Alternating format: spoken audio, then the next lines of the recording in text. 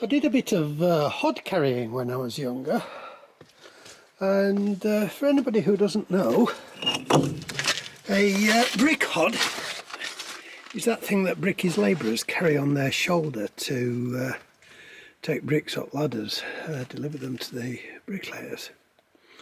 And you'd fit, well, I don't know, I suppose it depends on the size of the bricks. You fit a dozen bricks in a hod on your shoulder up the ladder, and we were all strong, we were all young, and it was quite easy once you got the hang of it. Anyway, I have been told that hods are illegal nowadays because they're too heavy for our fragile frames, health and safety and all that.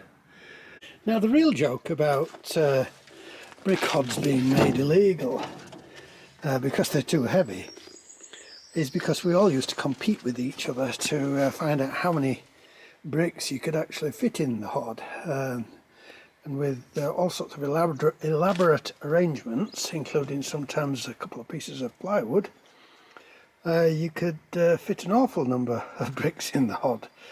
But then we're silly boys, aren't we? And I'm not using the hod today because I can't find it. It's buried out in the barn somewhere, out there somewhere.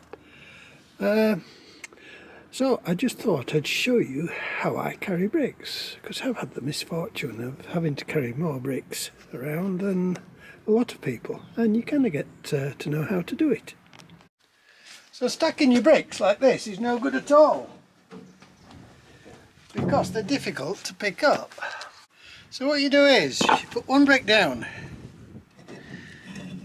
then you put another brick down on top of it, parallel to your body. Then you stack as many bricks as you want to carry on top of that first brick,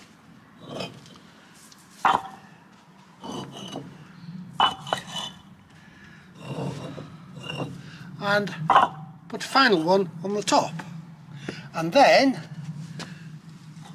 you've got something to get hold of. Nice and easy. And then when you get to the other end, you put them straight down without trapping your fingers, and the brick off the top you can either put on the ground or leave on there.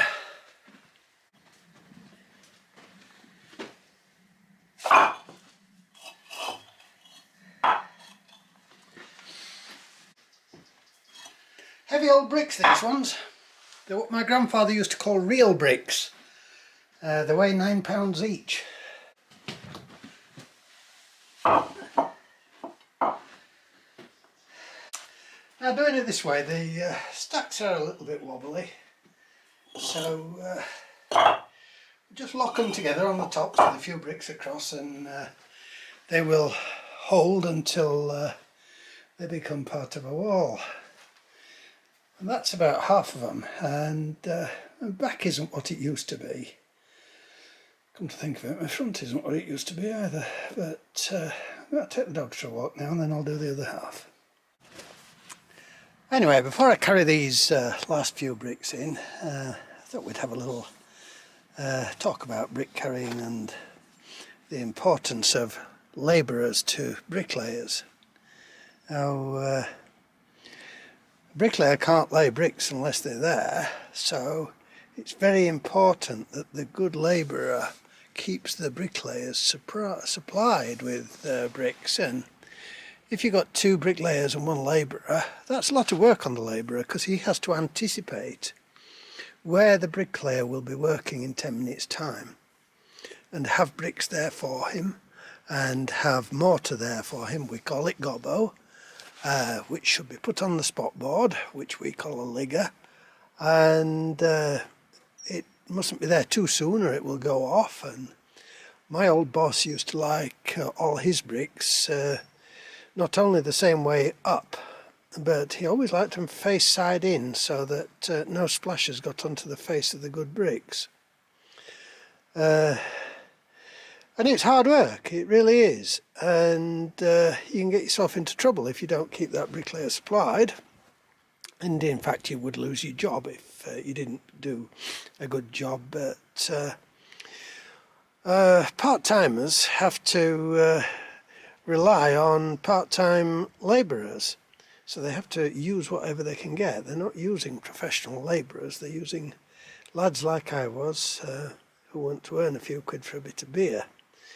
Except what I wanted to learn was how to lay bricks, and the boss took a shine to me, and he taught me an awful lot.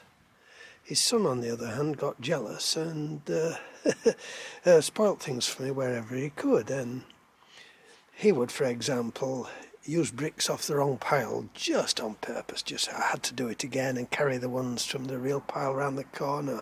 Or he'd use the gobbo off the wrong heap. And dear, so whenever I knew that he was going to be working in one place, he always got a bad pile of bricks, and his dad always got a good pile of bricks.